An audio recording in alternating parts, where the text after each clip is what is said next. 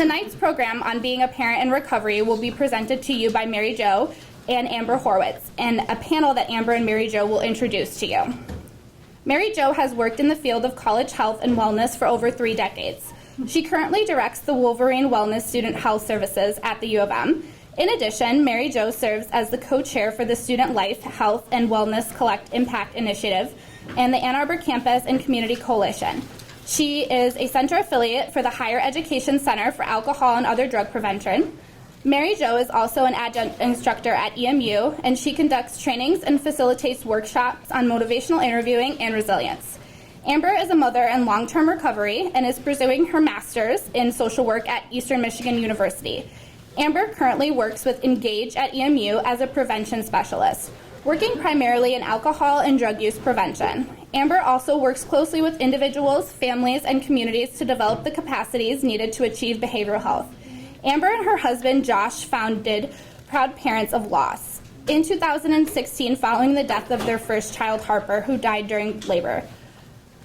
PPL is an organization that offers a monthly support group for parents to come together and heal. The organization has also recently started a monthly grief-centered yoga class for all types of grief. Please join me in welcoming Mary Jo and Amber and the panel.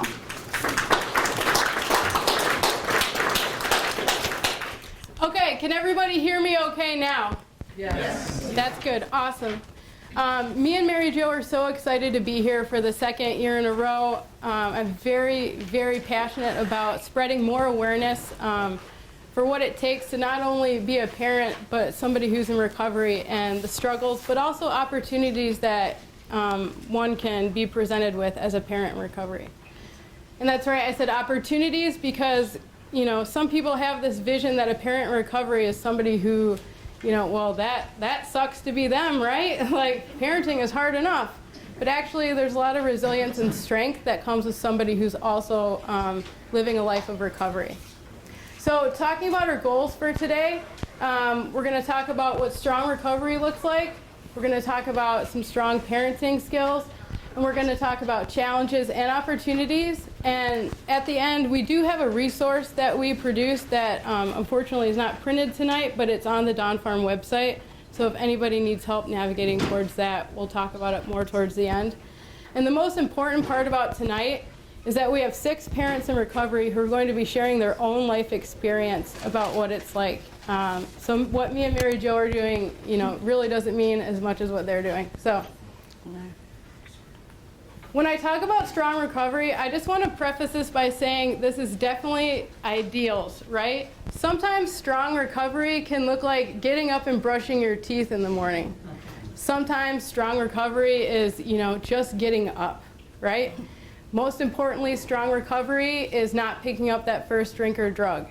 Sometimes you can't do all this stuff, right? But we try, we strive every day. And I think that's what's important, is to just do the best you can do for the day and, you know, try again tomorrow. So I just want to preface that. I also want to say that this isn't the only way to stay sober, right? But this is just a way that a lot of people, especially the panelists, are going to share today. This is how it works for them. So making recovery a priority. So when I say get to meetings, have service commitments, and work with a sponsor, I am talking about 12-step programs. Again, doesn't necessarily have to be your way, right? But it works for many, many, many people, myself included. And when I say work with a sponsor, it's very important because you need that human connection that you're not really going to get if you're at home taking care of the kids and you can't get out, right? So you need to have somebody that you're going to call and share everything that's going on with you, somebody you can trust. That's so, so important. And that's another strength that we bring as a parent in recovery. We have somebody like that in our lives. Most parents don't have that person unless it's a grandparent or somebody close. You know, we don't always have that. Which goes right into building a strong support network. Surround yourself with others who have what you want. Ask for help and be of service. I know that personally, I have never been more connected to people in the community than when I had a newborn baby, because I was forced to, basically, because I couldn't leave my house, and I had this thing that was dependent on me all of a sudden, and I'm like, I barely stay sober every day, and now I'm responsible for another human being, right? So I was calling everybody I could, other mothers, my sponsor, like I can't make it to a meeting, and it really helped having that support system already built in.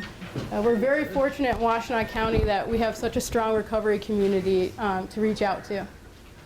Brutal honesty, sharing negative self-talk, and getting honest about all of your daily decisions.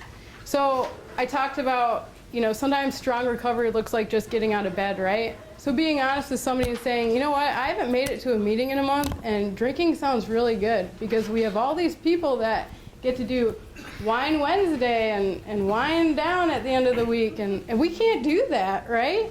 And for me, it's like, heroin every day. There's not really a wine day, but it's like, I just really don't understand. And who are you going to get honest with? Your supports, your sponsor, and 9 times out of 10, they relate and they've had the same thought. Because we need to hold our sobriety even closer as a parent in recovery because we want to keep our children. We really have to stay diligent, more diligent than most.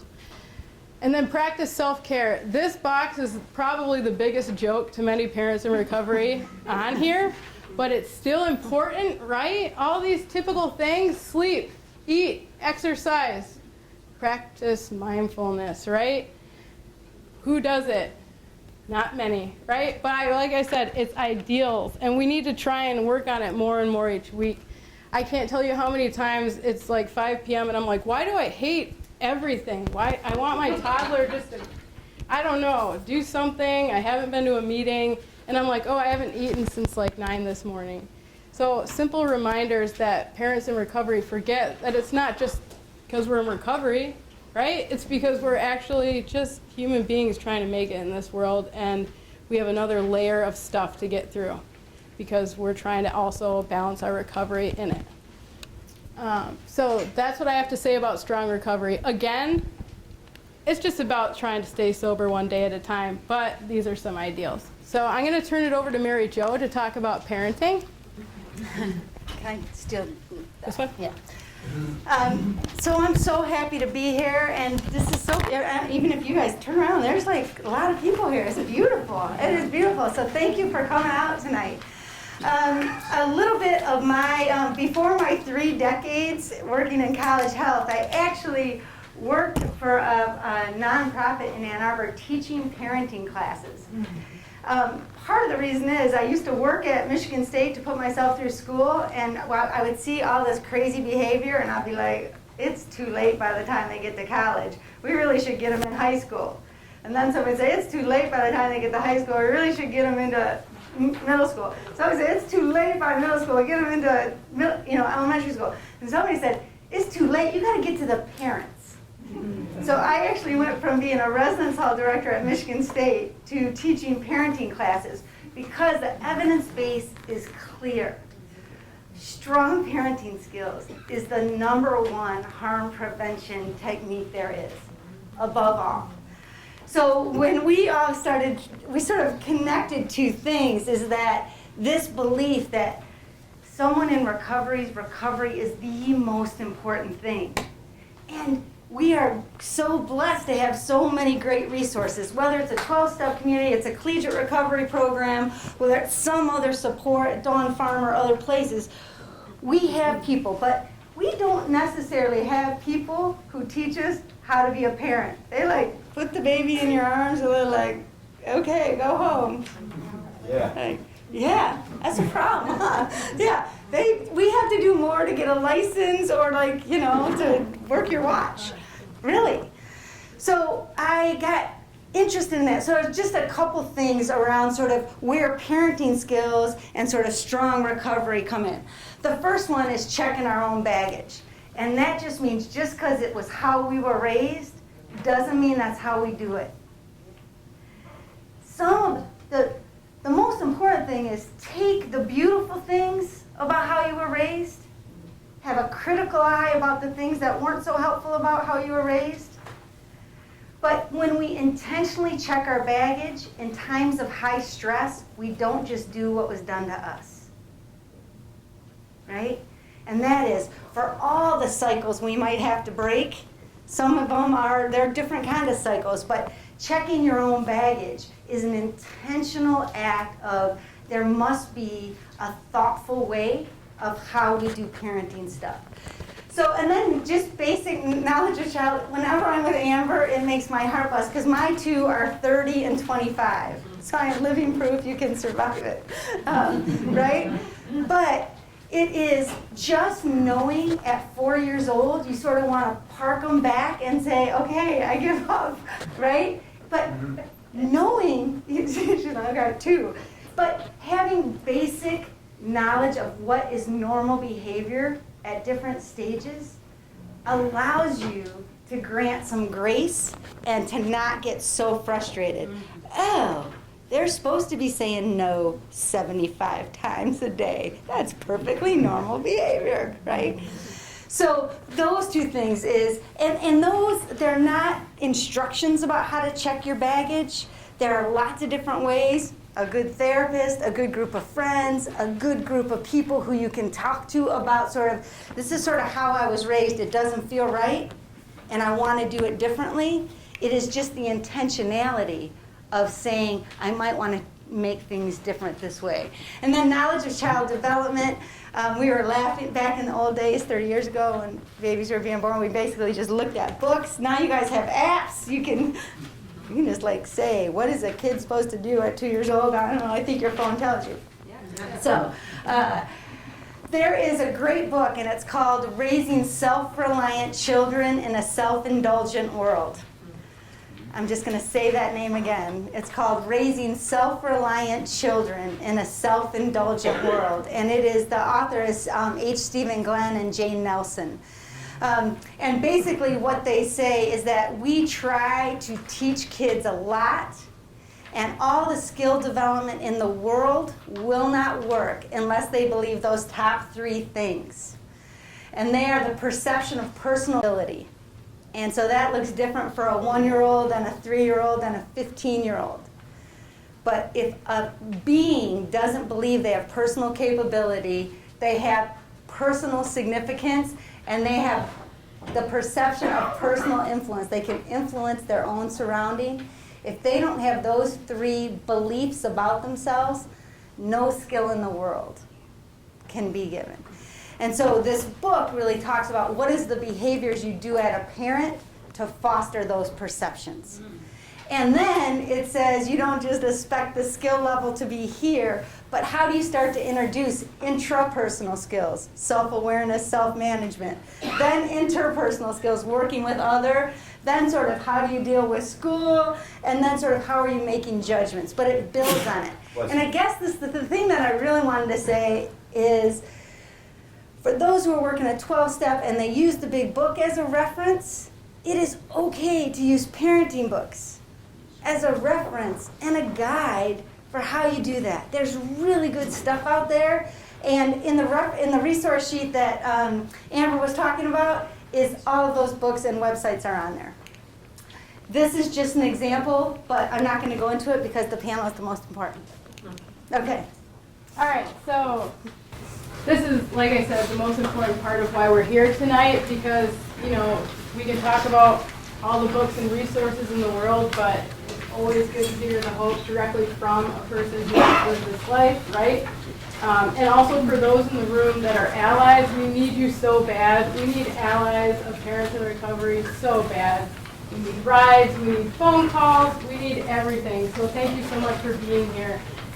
You can do this work to help us right alongside with us. So I want to introduce our panel, and they're going to come sit up here as soon as I say their name. It's going to be so awesome. They look so excited. And the format is going to be, we have 4 questions to ask them, and we're going to ask one question at a time, and everybody on the panel is going to answer it. Okay, so we have Crystal. Do you want help? Crystal has sustained an injury while being a parent in recovery. Artie, Treya, Kayla, Michael, and Billy.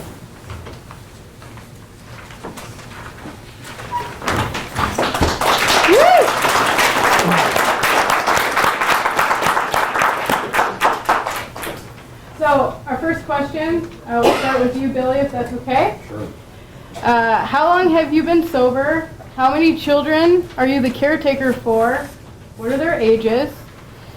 And this can be family, grandchildren, stepchildren, anybody you're the caretaker. Okay, my name's Billy. Sober date is October 12th last year.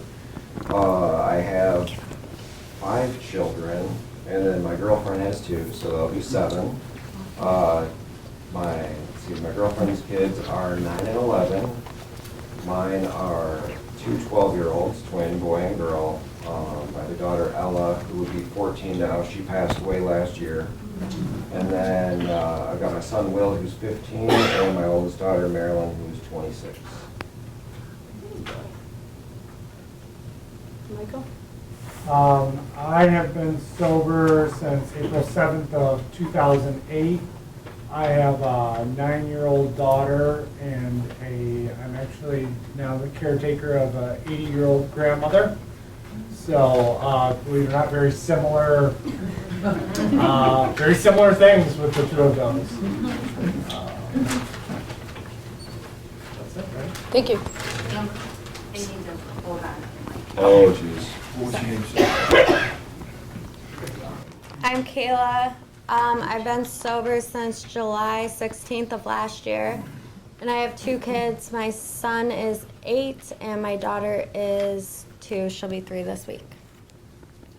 Hi, my name's Treya. I've been sober since January 1st, 1998. I don't have any kids, but I have 2 stepsons. My partner had 2 boys, and when we got together 20 years ago, they were 9 and 14. So they are now 30 and 35. And the 35-year-old has 2 sons, our grandchildren, and they are 5 and 7, who stay at our house Tuesday, Wednesday, Thursday night every week, because he's a single dad, so he needs help with childcare. So I'm the resident step parent on the panel.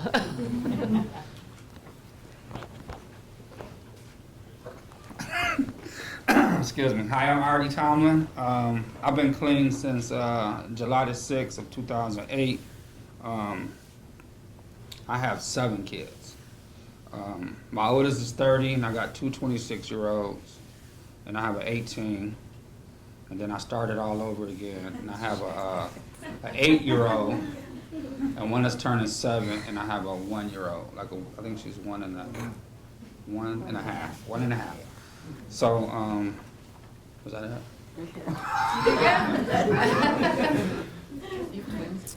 Hi, my name is Crystal. I've been clean since August 30th of 2011, like Artie.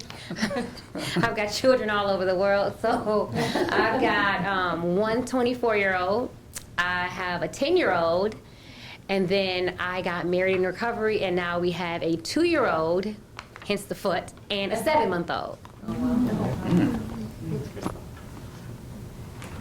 Okay, our next question. Billy, thank you again for going first. So, currently, where do you find most of your support as a parent in recovery? Who is it? What does it look like? I've got quite an extensive help network. My children do have a nanny. She's awesome. We don't pay her anything. Yeah, a family friend that's never had kids really looks out for us. My parents as well have really stepped up to the plate. I'm sure a lot of us have issues with our parents when we were younger, but I will say, like, as grandparents, they are amazing. I have my ex-wife, who majority of my kids live with. She has them 4 days a week. I have them 3 days a week. And as far as everybody in my family knows my story, and they love me to go to meetings. So yeah, it's like, hey, yeah, you need to go to a meeting, you need to meet up with your sponsor, anything like that, they will definitely take the kids. And yeah, we've got it set up right now where it's just, I have them for half the week, so it's not really an issue for me today.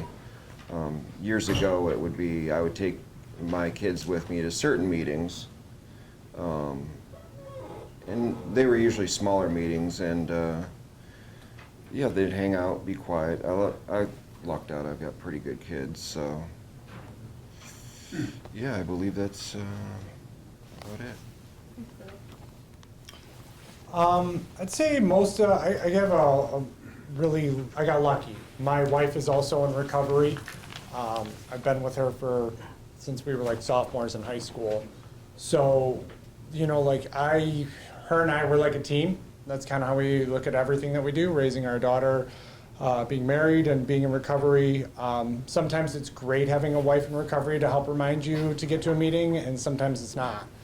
One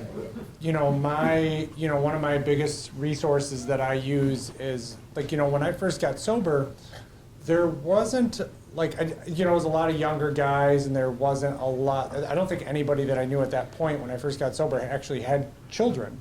And my relationships have changed since I've been sober longer, and I've now I actively seek out other parents in recovery.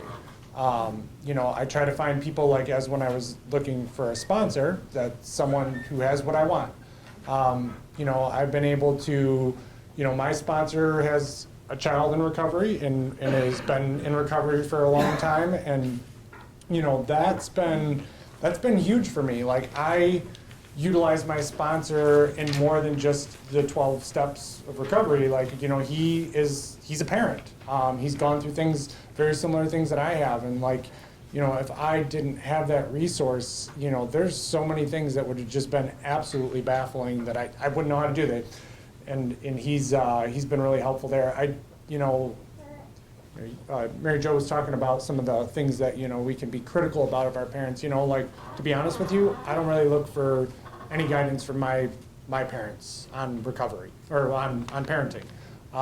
We definitely have different techniques. So, I have gone out and found those people that, have exactly what I want and my ideals. So.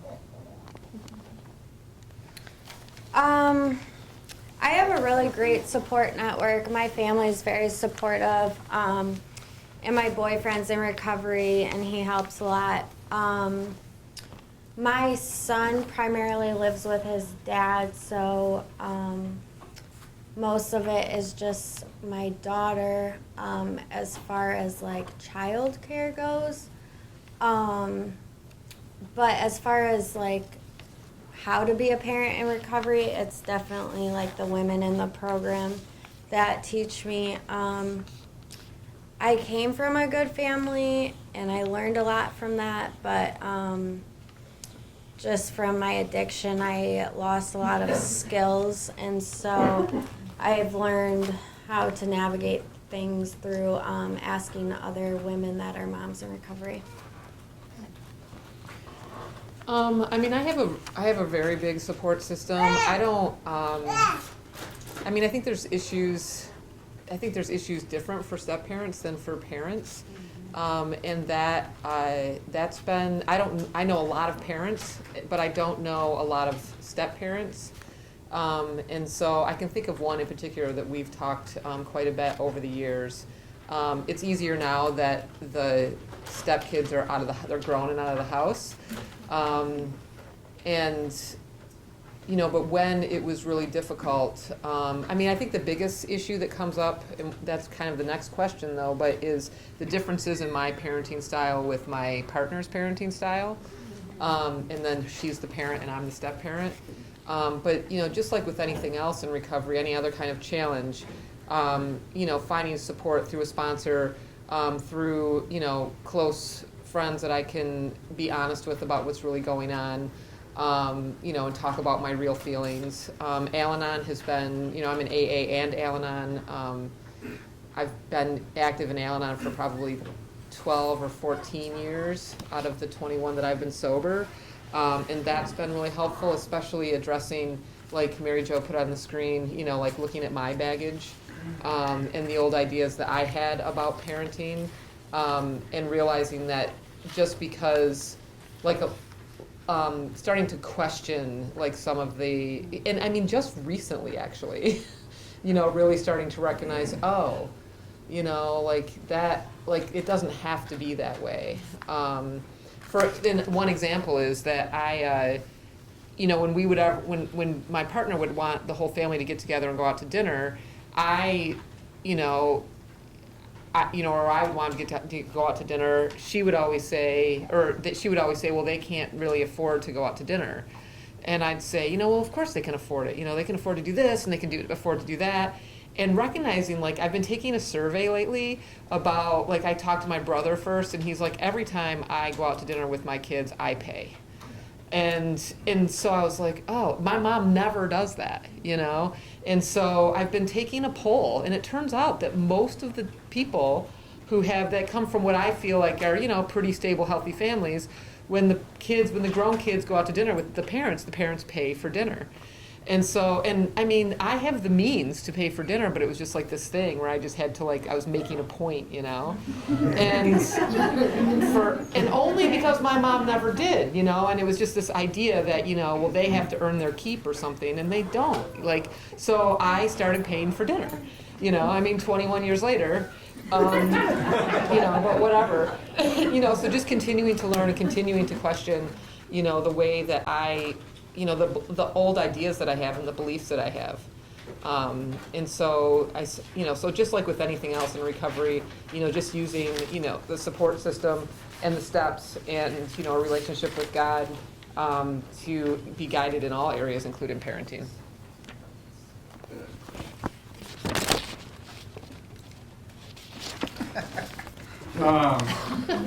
Currently, where do you find much support? So, hello again.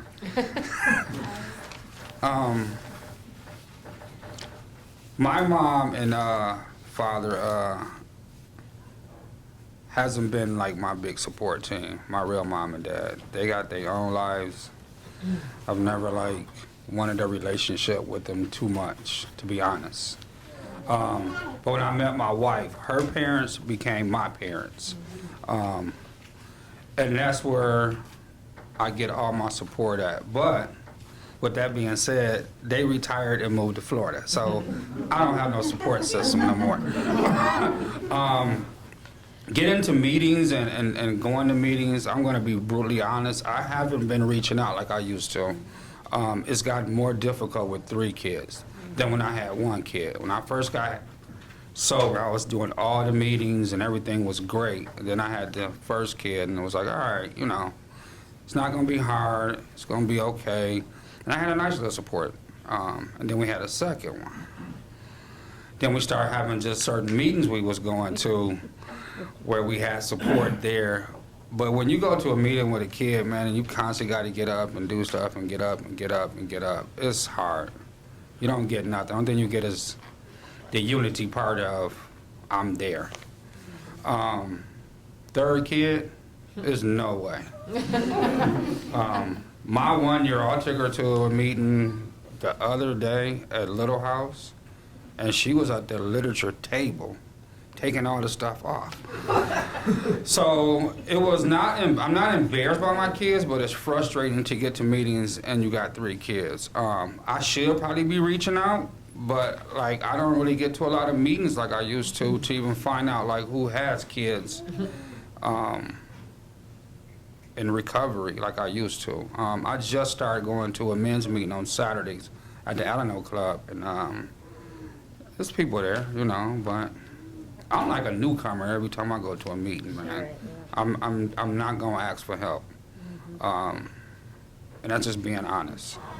Far as my recovery goes, I'm lucky that I work in the field of recovery, so I do get a lot of reminders that I'm an alcoholic, I'm an addict, I don't want to be that way no more.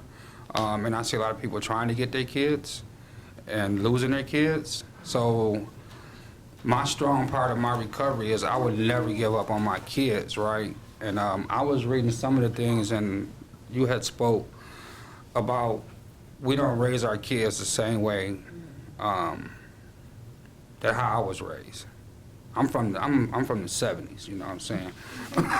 So we got our whooped for no reasons all the time. So like now, I've raised some kids in my addiction. And I ain't gonna say I didn't do bad, but I had my kids all the time with me, but I wasn't present. So it's totally different when I'm here now and I'm like, I remember just riding in the car, like one time I was riding in the car and and my 8-year-old, that's 8 now, he was literally crying over Slurpee from Gulf Side all the way to Canton Road. I've never ever felt the whole vibe of like, I'm gonna kick his ass. I'm gonna pull this car over. And it was all the things that my grandmother, who had raised me, because my mom and dad didn't raise me. I didn't get nothing as far as learning how to be a parent. And I couldn't do anything about it. And it dawned on me, I'll never forget, I was looking in the mirror. And I got the mirror like cracked and he in the back seat. And I'm just like, eyeballing him like this, like, you know what I'm saying? And I'm like, I must have been really drunk all the time. I must have been really high all the time. And it was very true, I was, because I remember I always had something in a beer in my lap, and I always had some stuff. And that was the first time like it dawned on me like, man, I'm lucky I am in recovery. I don't have to respond to that. I just gotta relax, keep it cool. And you know, by the time we got there, it was over a Slurpee. I had to end up getting him a Slurpee. I don't know, man. It's just, I have a support team. I'm one of them. I'm from the old school. I'm gonna do it myself. And I get to meetings. I got my little house I go to. I go to the men's meeting. You know, I take clients to meetings. I don't really count those meetings as meetings, but I think I'm gonna be okay still. It's working. So that's all I got. So I can relate to a lot of what's being said. So I come from a long lineage of drug addicts. So I never have like reached out to my mom or my stepfather or even my biological father as far as parenting. And although I'm married to a man who's also in long-term recovery, who comes from a phenomenal family, his mother passed away long before we got married. And so our support system, let me go back. My support system started because I came into recovery as a single mother. And I can really relate. So my older son is definitely a product of my using. His behavior, his mannerisms, the way he behaves now is both a product of my recovery as well as a product of my using. I've spent the last 8+ years undoing the damage that I did as an active addict parent.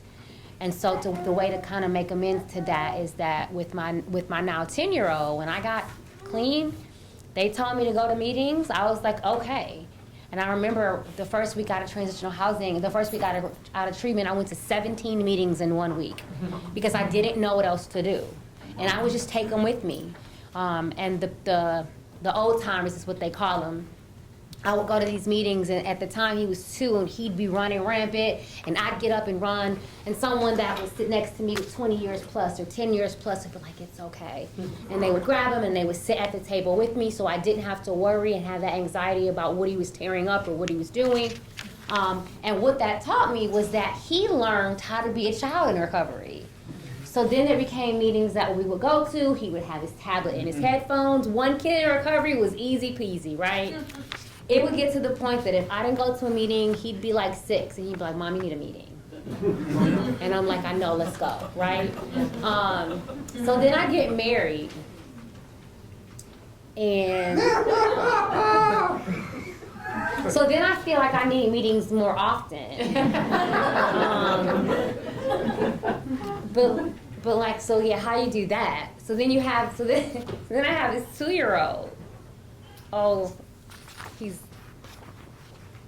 So I have this 2-year-old, and let's just say his mannerisms, right? His personality. There we are. His strong personality does not allow for me to take him to meetings. So when he was about 3 months old, I would start taking him to meetings. I didn't want my husband didn't want anyone touching him, so I would wear him, bandage him up around me and put a towel over him, like wear him to meetings. By the time this kid was 6 months old, he wasn't having it anymore. And then it became a distraction, right? So people would come up and they would coo and caw at the table. Like, I it took me 5 hours to get here, to comb my hair, to get to this meeting. I just need a meeting, and this lady next to me wants to play with this baby, right? I'm ready to put this baby, whatever. So once I have this last little boy, now I have all boys nonetheless. Once I have this last baby, like just taking a shower is a chore. So meetings became 9 a.m. play dates on Saturdays with someone else in recovery, and just talking about talking about showering every day and how important it was, and like how I'm sorry that my house is a wreck, and you might sit on a Cheerio if you sit on the couch. And for me, it's the idea that, for me, knowing that my house being a wreck and my 2-year-old, like, so yesterday I left him with the sitter for 1 hour. 1 hour. I came home to permanent Sharpie all over his face, all over his neck. I guess he wanted neck tattoos. I don't know. Like, this happened in like an hour, right? After his bath, after dinner. Like, this is new. This is something that he just thought of out the blue. And so for me, my support comes not really just from going to meetings, but being able, it's like a savings account. Early in sobriety, I put a lot of effort into my sobriety. I put a lot of work, and I spent a lot of time with myself and with other women and other men in recovery. And now I get to go to that bank, and I get to withdraw. Yeah. I get to withdraw and say, hey, I am about to lose my mind, right? So when I don't show up or I'm not present on Facebook, someone calls or someone texts me, like, hey, you're still breathing over there? And then my husband is also in recovery, so, well, you know, we don't drink and we don't use. So that's about, and some days that's all I have. Like, if I don't pick up today, I'm like, well, you know what? We'll just do what we did yesterday and see if tomorrow's any better. Thank you guys for coming together and learning to pass the microphone to Billy. See?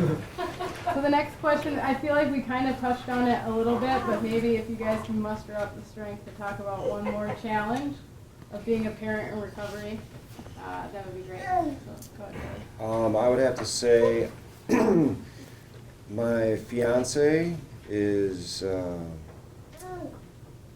she's pretty good when it comes to recovery. She works on a lot of stuff above and beyond, and she is a phenomenal mother. And it's it's not a trust thing, but it's allowing her to be in my kid's life, not as an equal to their mother, but to somehow explain to them that she loves them as much as she loves her biological kids. It's one of those things, she has a lot of input on a lot of things. I hope this isn't coming off negative. She's got a very strong personality. But she's also one of those people that have taught me how to be there for my children, actually listen to them, treat them as little adults. Well, not little adults, but as human beings. There's no like, why do I have to do this, Dad? There's no because I said so coming from me. Like, if they screw up on something, we can talk about it. I talk about feelings with my kids today, which is odd. Like, I've got my 15-year-old son who was just bawling his eyes out the other day, and he's, 6'3", 195 pounds, and I'm sitting there relating with him, like, spooning him. I'm like petting his head and everything. I'm like, it's all right, buddy. And I'm like sitting there in that moment, and I'm just like, this is awesome. Like, this is one of those gifts that recovery gives you today. And just the way that I'm able to discuss stuff with my kids, and comparing that to like how my parents didn't discuss stuff with me. It was just like, this is the rules, this is why you do it. It's like, well, why? And because I said so. There's never been, I think with my oldest son, I might have spanked him once, and he was probably, 3, 4 years old, and I'm like, why am I doing this? This is out of frustration, and it was just one of those things. I might not have grown up in the 70s, born in the 70s, but it was the same thing, you did something wrong, you got spanked or smacked, and, there's no ill will towards my parents for any of that stuff. That's just That's how they were raised, you know. And the cool thing is I've been able to change that cycle. And that's nice because I just can't imagine raising my hands to my kids. Like, to me, that's just absolutely disgusting. But yeah, it's amazing to see like a lot of like the inventory process that we do in recovery and how I can kind of like bring that to the table with my kids when they do something. Or if they get in an argument with their brothers and sisters, like just sitting there and being able to inventory this stuff. And I have to sit back and just laugh sometimes. I'm like, wow, this is my life today. Like, this is the gift that this program gives me, is I can be there for my kids. You know, they know pretty much my story, not into gory detail or anything. But I'm definitely, if they ask me a question, I answer it. I can also say to my kids today, I don't know. Like, if I don't have the answer, I don't have to make it up. And that's pretty awesome, too. It's like, hey, we can figure it out together. So I don't know if it's necessarily anything challenging. It's just cool to be able to grow with my kids, with them being next to me and me with them, letting my fiance into their lives, because I know her kids love me to death. And today I almost feel bad about saying like her kids and my kids. It's like they're our kids. And that's something I struggle to work with that, but it's a lot easier now than it has been in the past. So yeah, just being open, allowing other people to be in my life, which is probably my biggest struggle, I think, on a daily basis. Yeah. So I think that's it for me. So I couldn't lock down one particular thing that is extraordinarily challenging about being a parent in recovery. I would say that, you know, Billy nailed it on the head for me, is like, there's all these little things, and all these little things combined together are very challenging. You know, when we first had my daughter, getting to meetings, I took my daughter to a couple meetings, and I was like, nope, not for me, not doing this, not gonna do it. You know, then it became like, you know, before we had my daughter, there was a lot more social time. There was like that bond that you get with other people in recovery. And like, you know, my duty just felt like it was with my daughter. And I, like, you know, invested a lot of time at home and spending that, and I lost that like, you know, that channel that I had in early recovery. You know, it just disappeared. And now as I've been around longer, you know, like, it's even harder the longer I'm sober to find someone that has kids that's not a complete douche that I actually want to like be around, and like I appreciate their parenting, and I appreciate their sobriety, and I appreciate them as a person, because I'm super judgy, and I'm like, oh no, I would never do that. So like being able to just find someone that I can click with, that's difficult. It's very difficult. You know, and personally, I'd say if I had to pick one individual thing that has been challenging, it is still the wreckage of my past. I had to, in our public schools, it's changed their policies and things like that. I have a 6-page rap sheet. I'm a 3-time felon. And I had to get, like, they were like, oh, they leave you this little tiny line of explanation. I'm like, let me get Word open. You know, and my 1.5-page letter sat in my computer for 1.5 years before I, like, actually got the courage to muster it up. And I had been to every one of my daughter's field trips, like from kindergarten on, and like I was riddled with fear at that point. And so that was really challenging. And I don't think I would have passed, but like I got to know the principal, he knew me, and like, you know, I was able to get through that. He actually like was like, oh no, you've been approved by the principal, so it's okay. And I was like, sweet. And then I did that last year, and then like it came through. They're like, oh, you gotta fill out another one. I'm like, so how do I do this? Like, nothing's changed. There's still 6 pages, but I haven't made any more. So, so that was, you know, like if I had to pick one challenging thing, like, because, you know, that is directly related to my, you know, to my addiction and now being a parent. I would say my biggest challenge is just balancing everything. You know, I work full time and I'm in school full time, and then I have to find time to, you know, give my kid a bath and make dinner and still try and get to like a meeting. And, you know, half the time she's on my phone on YouTube, so I can't even like call or text my sponsor, you know. And so I would just say like, and then I don't know, I just feel like my relationships with people suffer sometimes because, you know, they want to like go out to dinner after the meeting or whatever. And my daughter is just at the age where she's just not manageable to take to do much right now. And it just turns out to be quite honestly miserable. So, you know, it's easier to just stay at home and play babies and whatever. So, you know, I feel like really disconnected from people a lot, and I get jealous that I don't get to do these things sometimes, you know.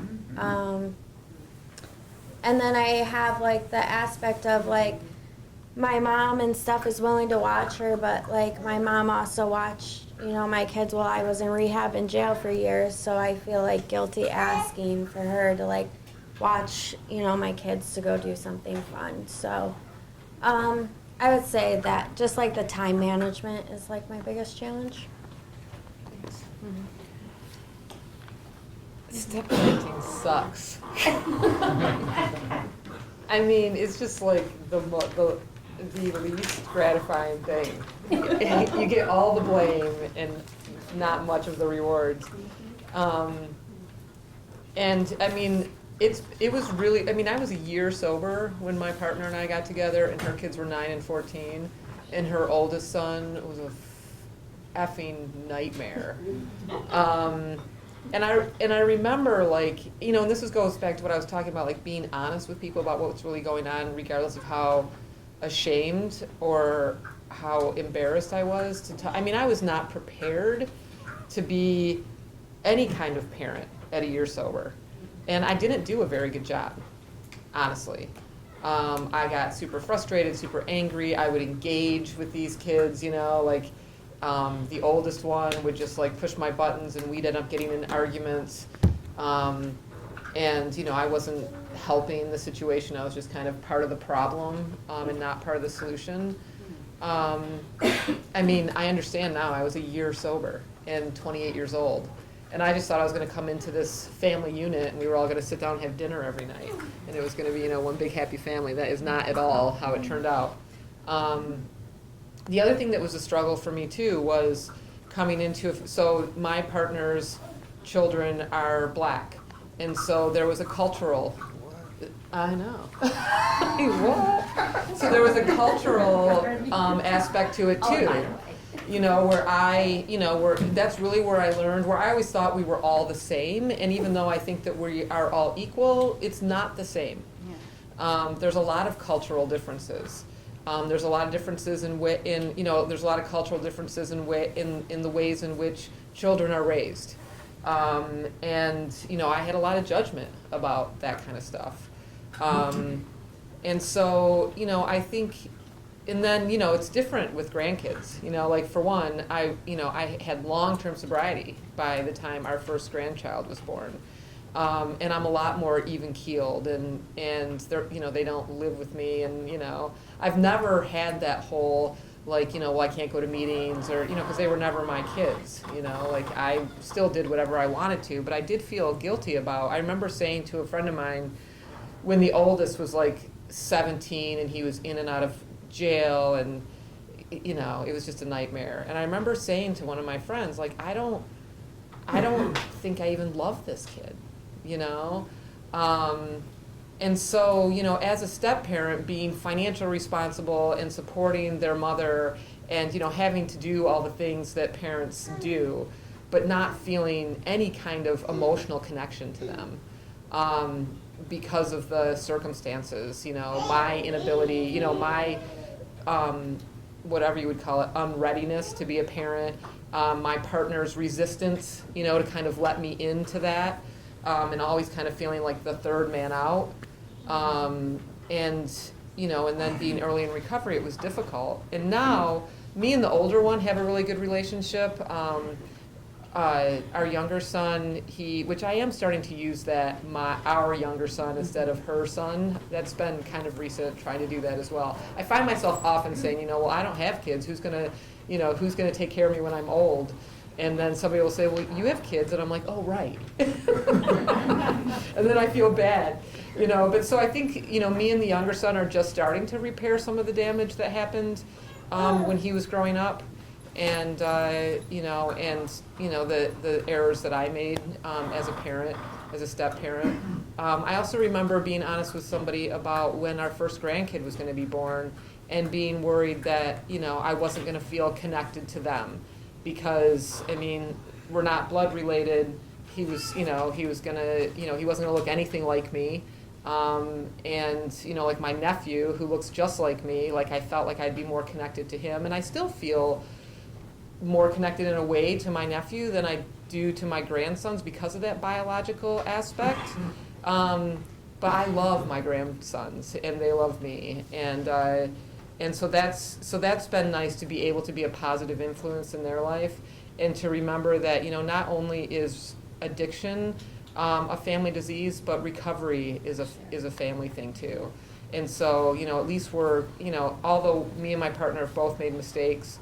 We have gotten better and we are spiraling upward instead of spiraling down. And it has been difficult, but I think that, over the course of time, and because we each have, stayed committed to sobriety, stayed committed to recovery, and gone to meetings and continued to do the work over the course of years, we've both continued to get better, and that's definitely played a part in, us evolving and becoming healthier as parents, so. Thank you. Hi again. Still Artie. Yeah, I'm still Artie, and I'm still in recovery. My biggest challenge has always been change. From the time I got to the program, it's been changed. My 18-year-old was a part of my recovery when I first got clean, because I was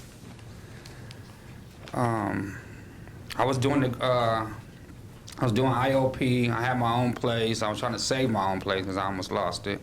I didn't go into a treatment program or nothing like that. So I was getting her every other weekend and getting her on the weekends, dealing with her baby mom, and it was just a lot. But the change part was when I first got to the program was like, I'm going to change.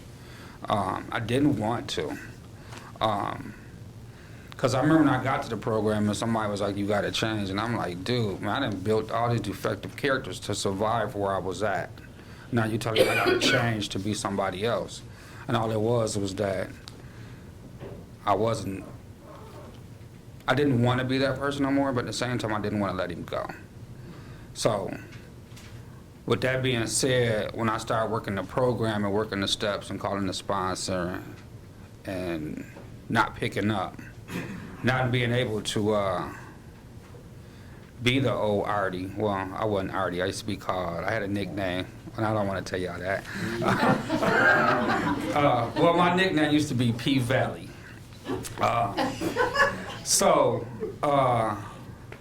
Over the years of like change and trying to grow up, it's been hard, man.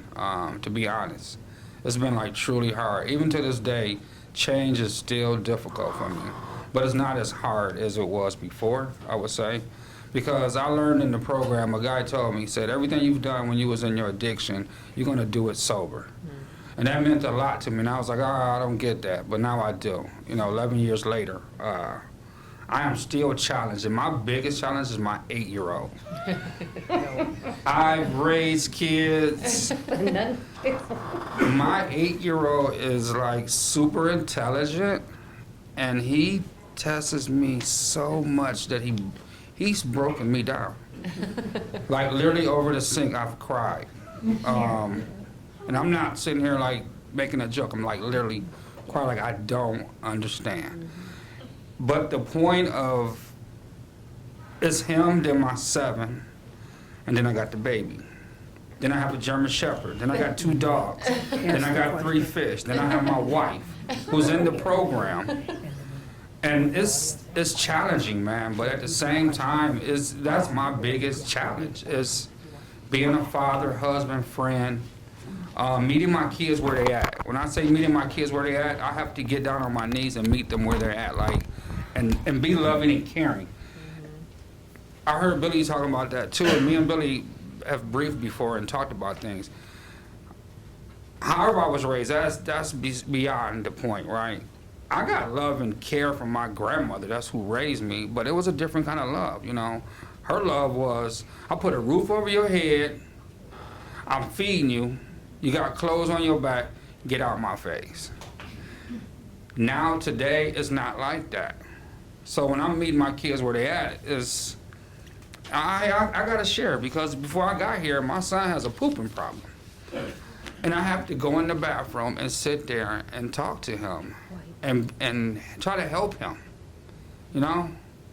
That's huge to me. Before, you know, I bam on the door, push it out, let's go. What's your problem? You know, it's different. It's different, it's really different. You know, but again, my 8-year-old, I've learned from him so much, man, about me. Because they tell you the truth. They tell you the truth. And make you call your sponsor and your support. And your sponsor to tell you, no, you're a great father. And you're great this. And I'm like, no. My 8-year-old sees it different. And he's telling me the truth, you know? And it hurts at nighttime, man. I've never ever like walked away from the bedroom and be puzzled all the time, or like I'm happy to see him, but at the same time I'm like, damn, here we go. It's just like, I have a job now, right? I always worked, so I didn't really have to deal with a lot of stuff. I just worked. When I got home, I picked up from there and I went on by. This job I have now, I'm lucky that, like, I got Wednesday, Thursday, Friday. I don't really want those days off, because I know I gotta be in the house with them, you know? But at the same time, I do want to be there. So I pick him up from school today, and I'm like, I'm not gonna let him get me into no kind of bad moves. I'm not gonna do this. I'm not gonna do that. And immediately he's just dad. Then my other one is this, and then my other one like no. And it's challenging, man, when like you being a parent in recovery. Me and my wife, man, we grind, but at the same time, we have different schedules. You know what I'm saying? I get the kids in the afternoon, I deal with them, do the bed thing, the food, the everything. Like yesterday, I was raking leaves and I got food cooking at the same time. And it's nothing new to me, you know? But then guess what happens? I get this long text in the morning about some clothes and some damn socks. But lucky I can work the program now, and I'm like, I ain't gotta respond to that. You know what I'm saying? 11 years of sobriety means a lot to me, because I'm not the same person I was when I first got there, meaning I'm not going to indulge in them kind of conversations when I don't have to. I can call somebody that's in the program who can identify and understand where I'm coming from and definitely can relate. And I'm grateful for that today. Yeah, I am challenged every day. And I had support today. My 18-year-old came over, and I told her I was doing this, and she was like, I'm there for you.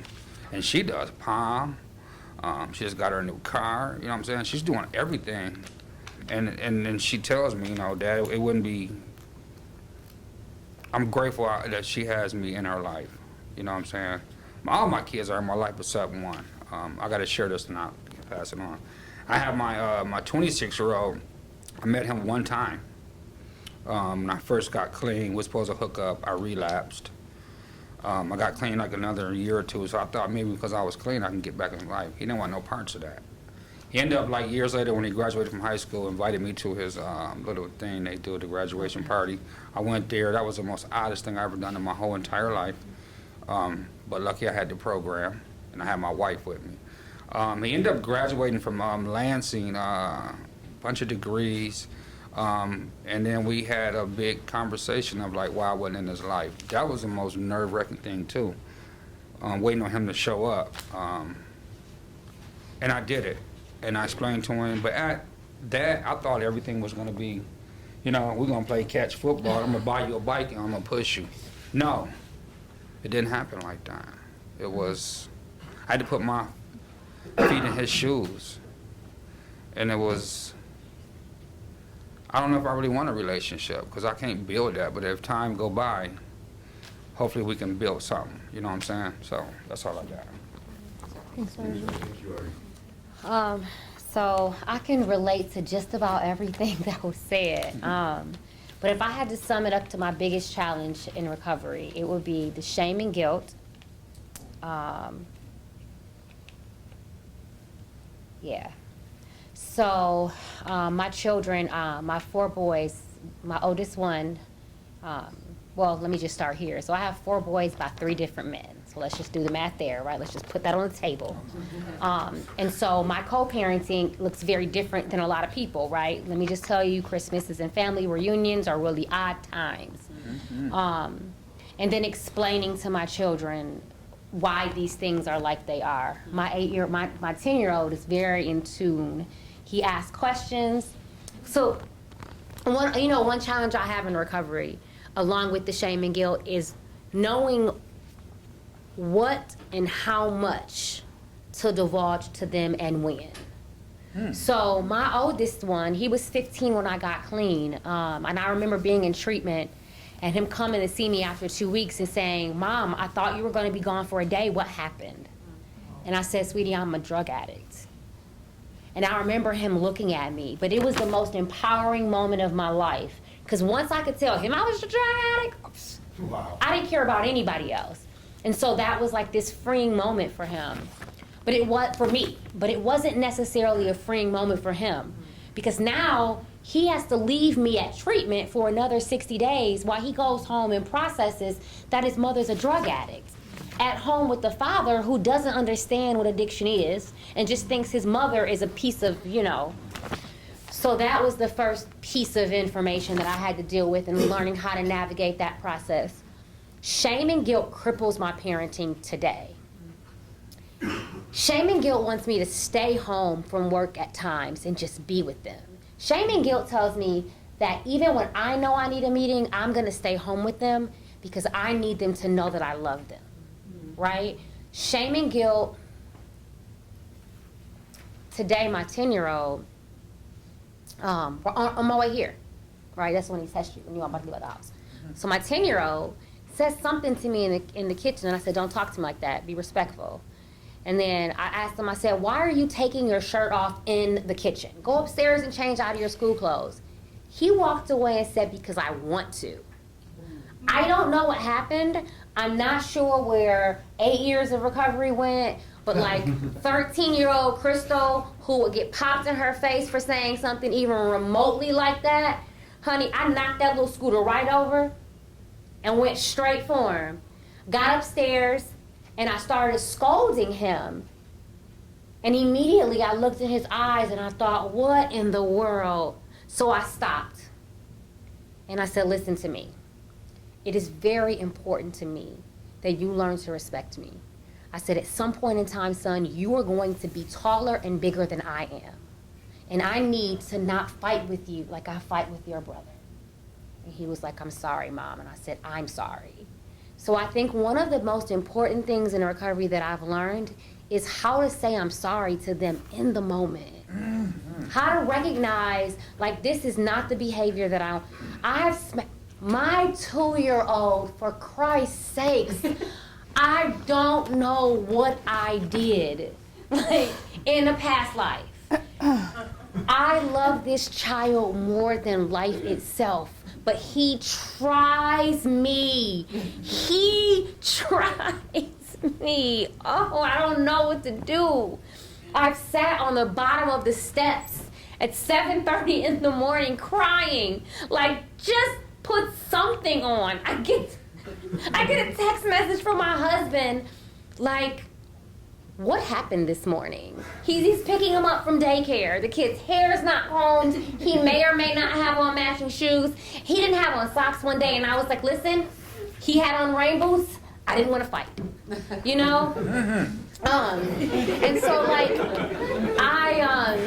I can't say that I've never spanked my children, and I refuse to say that I never will spank them, because I'm a firm believer that if you're about to run out in the street and I call your name and you don't listen, I might snatch you up and pop your butt, because I'd rather pop your butt than you get hit by a car. Correct. You know? But what I am working on and learning too is I'm learning to use a lot of early recovery skills.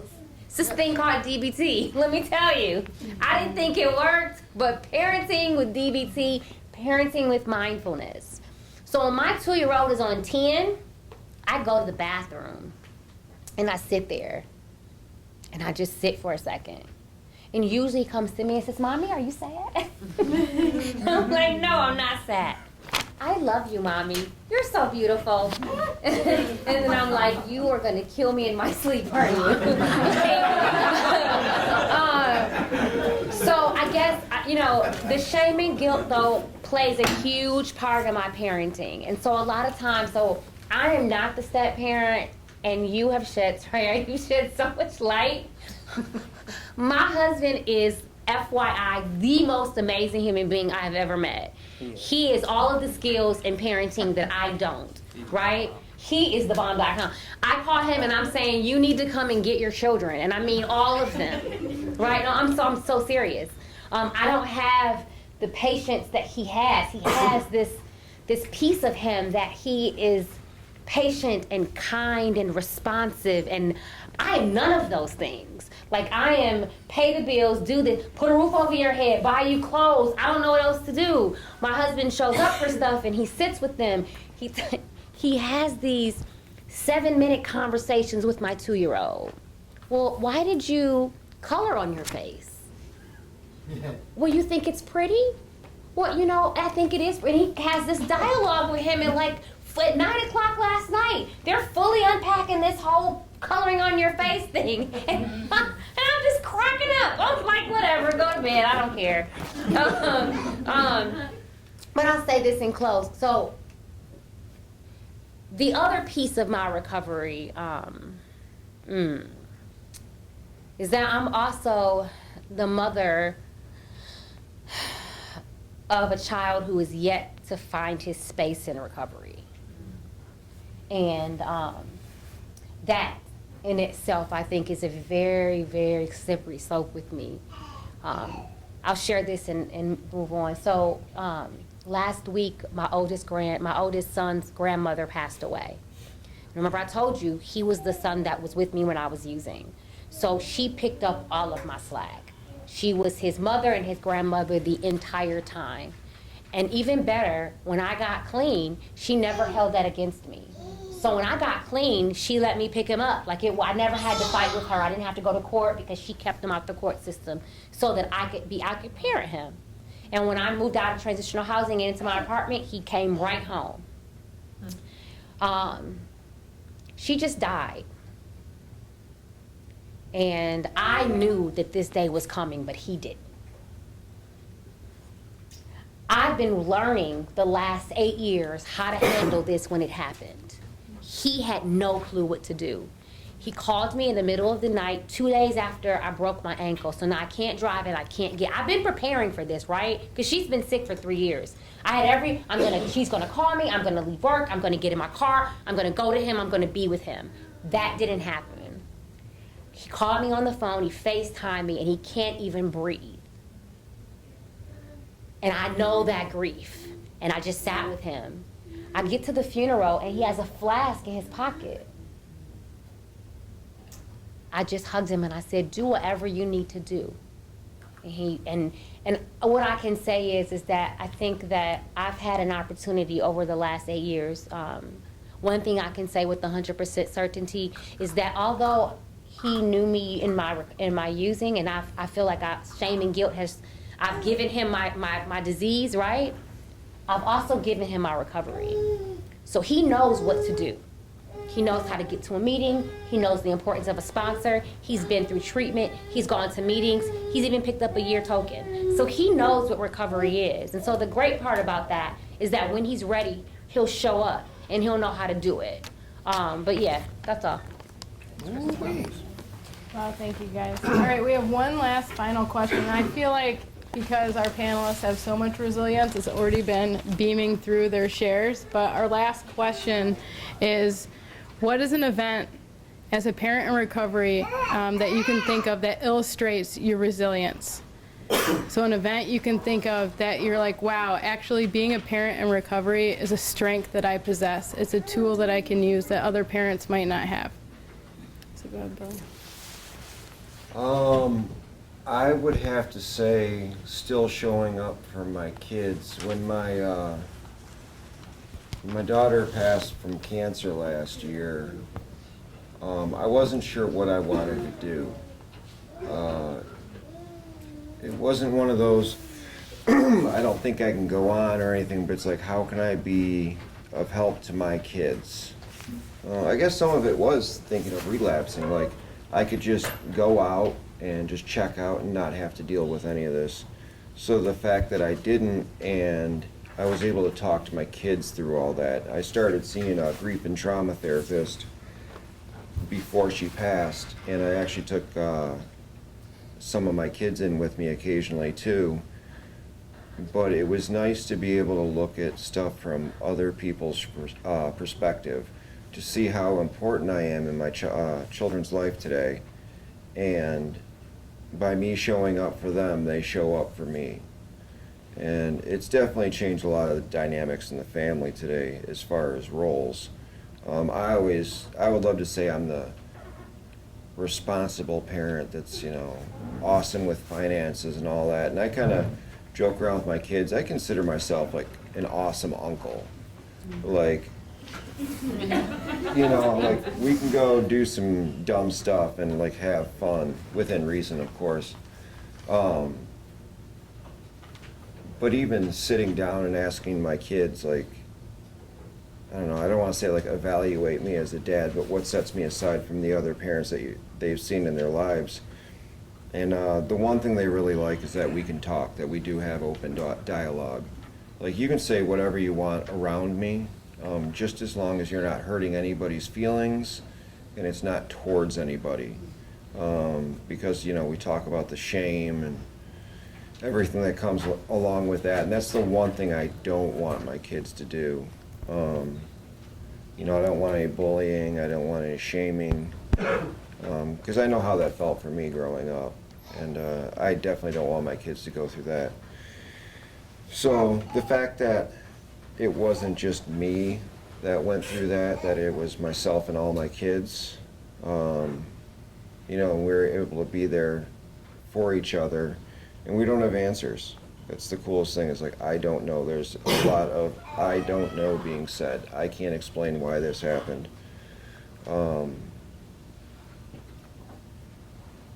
Yeah, it just got to a really, for like the worst thing I think I could possibly go through in life, and to come out on the other side of so many positives from it, as far as family-wise, and dialogue-wise with my kids. Yeah, I mean, it's basically this program. This program's taught me to open up and talk to people, trust in people, be vulnerable with people. And I still work on that on a daily basis, and I struggle with it on a daily basis. But I'm definitely better off than I have been in a long, long time. And yeah, hopefully that answered it, because resilience is a weird word. I don't know if I bounce back. Resilience, right? You did amazing. Oh, well, thank you. Okay, yeah, I think I'm good then. I'd say the most challenging situation that I had to still be okay was my wife and I got sober together. We ran together and we got sober together. We were about 2 years sober when we had my daughter, and we were having a hard time. So, because you're like, oh, I got sober, so everything in my life is going to be great. Well, that's not how it works. Things are still, very difficult, and like coming from somewhere of like not knowing how to have a real relationship with someone. We went to counseling for 6 months, and then one day she's like, so I'm leaving. And I'm like, I've got an apartment, and I'm moving out this weekend. And, I had a 2-year-old daughter, like 1.5-year-old daughter. And I was real blind. I didn't even see it coming. It really, it crushed me, and it was real hard. It was like, like that. For me, the best thing I'd say is like when I first got sober, how hard it was not to think about going and getting high and drinking for that first time. I was completely and utterly powerless over the situation. There was nothing that I could do to change it. And, my mother's been married 6 times, and I didn't want to do that to my daughter. That was really important as like a moral standpoint of me, of not doing this like joint parenting apart thing. And, what I did is I dove into recovery like with a renewed passion for it. I got like 3 service commitments. I was like, I don't need a social life because I will just be at the tables. And, I dove in and I started finding sponsees, and like I did all these things, and this amazing thing happened. Like, I ended up being able to grow as a person. She was able to grow as a person, and at my daughter's 2nd birthday party, we were able to figure things out. And it was like that happy ending doesn't always happen, but like it's just one of those things that I feel blessed for. And I think the only reason I was able to get to that point is because I was able to really start looking at where my character defects were, and how I had what my ideals of a relationship with my wife were, and what they should look like. I did a lot of self-reflection, and I made the changes necessary. And like I said, my wife, she's my best friend. She's my teammate. Like, I don't know that I could be where I'm at right now without her. She's pretty great. So.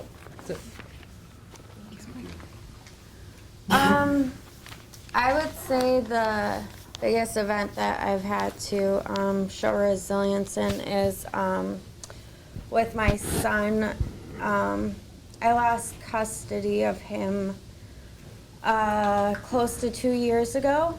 And I've been sober for almost 1.5 years, and I guess I had this idea in my head that when I got sober, I would get him back, or at least like part-time or something. And I've had a really nasty court battle going on for pretty much since I got sober. And things just have not worked out how I thought they were. And I just got unsupervised visits like 2 weeks ago. So, the process is a lot slower than I thought. And it's been really hard, and I have a lot of guilt around it. And so, and it's really hard, like, having one child and full-time, and then, like, having to, like, explain to him why she can stay and he can't. And just, like, a lot of things that go with that. And he's 8, so his questions are getting harder. So I would say that's where recovery has, like, been able, that was, like, a big reason that I continued to use after I lost him. And so,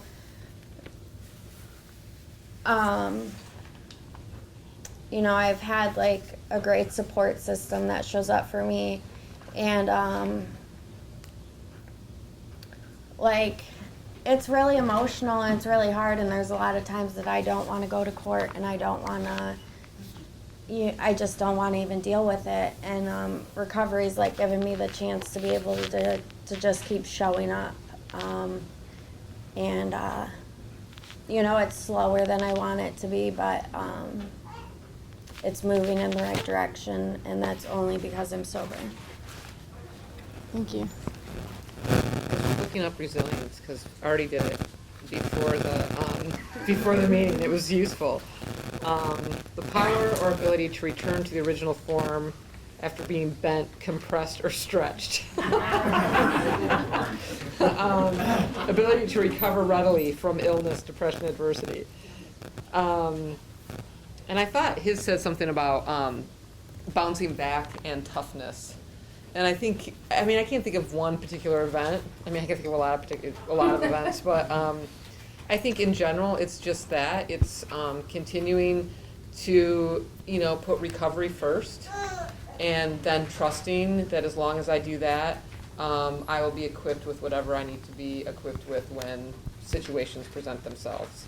And I'm not going to do things perfectly, and I'm still going to make mistakes, but I make far fewer mistakes today than I used to. And I think part of that has to do with, being in long-term recovery, but also getting older. I think getting older has a lot to do with it too. You just, things don't matter. I don't take things as personally anymore. And, I'm able to kind of go with the flow more. But yeah, my partner and I, we still have very different ideas about parenting. And now it applies more to our grandkids. And some of the same kind of dynamics and issues that we would stumble over when the two older boys were living with us are kind of repeating themselves now with the grandkids. And I just don't argue about it anymore. I kind of say how I feel, like this is my truth and this is what I believe. And that's it. You don't have to agree with me. Before I had to make her see, what I was saying, and I had to know that she understood. Now it doesn't matter if she understands. I still feel this way. I still feel like, the older one needs to go to therapy, or family therapy would be good. They've had a lot of trauma. And she doesn't have to agree with it. But I can go to their father and talk to them about it and be more empowered on my own. So I think that's the biggest thing is, again, just keeping recovery first and trusting, that as long as I do that, chances are I'm going to do the best that I can and that's going to be okay. It's true. Thank you. You're welcome, Artie. Are you Artie?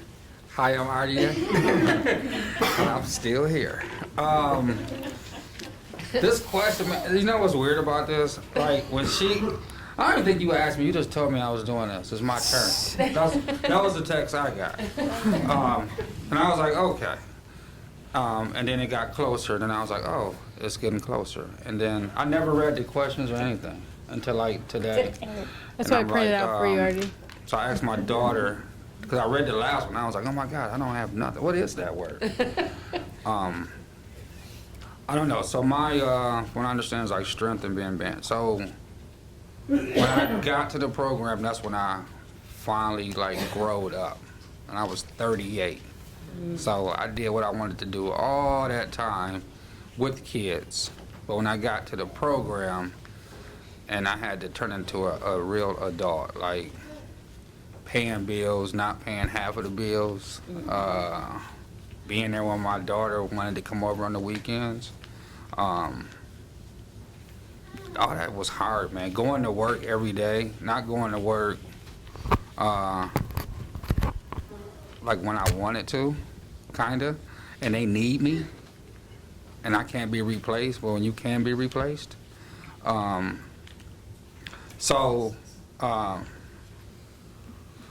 My strengths come from never ever giving up, and that's how I got clean. I never gave up. I gave it a chance. I trust the process. I had the faith of a mustard seed when I first got to the program, and somebody literally gave me a mustard seed.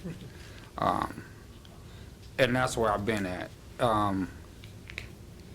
My strength comes in with where I grew up and how I was kind of like raised. And I've used that the last 11 years. At one point when I got to the program, I weighed like 240 pounds, and I remember like trying to work out and trying to change and like going through a lot, just like the process of staying clean. Like you just don't give up. You learn from it, you pick your feet back up, get your clothes on, and you go back out there and you do it again. And you ask for help sometimes, when needed, for me. A lot of people just ask for help. I don't like asking for help all the time. I like to go through it sometimes and process it on my own. With that being said, I've always called my sponsor off the top. My sponsor has given me the most strength I ever had with my recovery and life. I'm lucky that we were born on the same day, which is pretty awesome. I don't know. I'm not really sure what that word is still. I'm just babbling around. I have strength within me. That's what I have the strength at, is I'm never going to give up on Artie. And I've had a lot of doubt. And my strength comes from, like I said, where I'm from. I want to give people hope. Because I'm come from, I ain't going to call it the hood, but I come from a neighborhood where it wasn't, don't too many people make it out of their neighborhood. You know what I'm saying? And I remember being 5 years clean. I kept looking at the door waiting for some of my homeboys to come up in there. Like why I'm the only one that got to get clean. You know what I'm saying? But when I look at the big picture, this is a gift. And when God gives me this gift, I share it. Like on Facebook, I share something every morning to give someone strength. But when I see my homeboys or whoever, they know what I'm about now. You know what I'm saying? So, and that's my recovery. My recovery and God. I'm not ashamed to announce none of that. Even after the program, I was telling everybody I'm in recovery. I'm in recovery. I'm at Speedway. I'm in recovery. And I'm in recovery. And I'm in recovery. And everybody like, oh my God, he's in recovery. You know? So here I am now, and I don't really have to announce it. No. It's a presence that we have now. When you clean, they know. You know what I'm saying? And I protect my sobriety by all means necessary. Because I put my recovery in the middle. I work everything around it. And like you were saying, when I first got to the program, I invested a lot in the recovery that where it gives me strength now. Like I said, learning who I was a big part of this recovery too, because I was somebody I wasn't, that I didn't really want to be, but I was trying to fit in. And like now, I know that I am enough. And that's good enough for me. You know what I'm saying? I don't have to change for my wife. And then that's been a process. You know what I'm saying? Because before I was, walking around the house on eggshells, blah, blah, blah, this and that. Now it's just like, I'm not doing that. I don't have to. You know what I'm saying? And it does come with age. It comes with age, but at the same time, it comes with 11 years of sobriety. I'm going to share this, and I want people to know, like, when I got to the program and having strength is that, like, when I said by all means necessary to stay clean and try to change, that means I had to do therapy, go to behavior therapy. I'm seeing a therapist now. And that's huge, because where I come from or where I'm from and in my household, we didn't do that. We drank. And you don't talk about shit.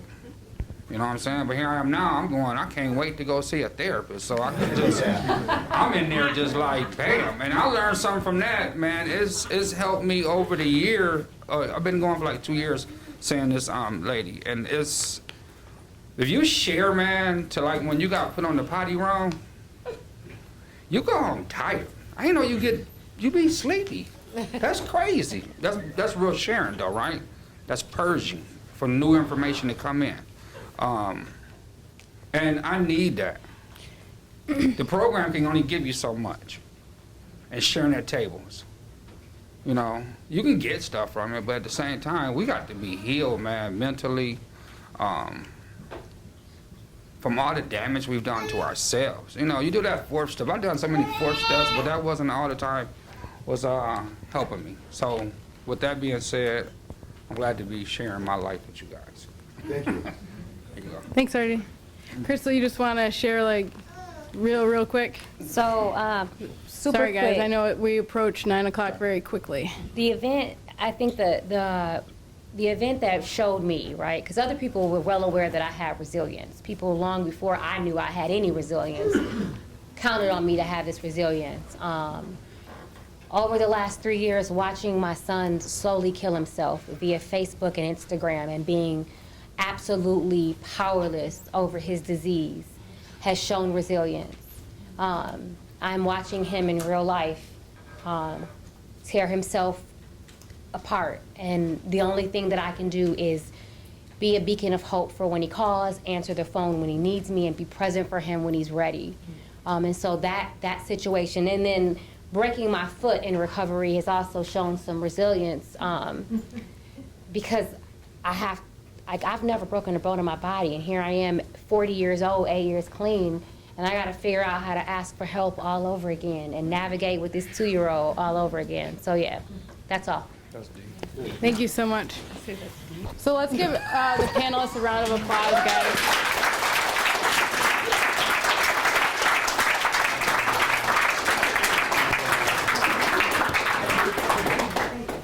So we were hoping to have more time for questions, but it's now 9 o'clock. So please feel free to come up to the panelists afterwards if they have time to answer any questions.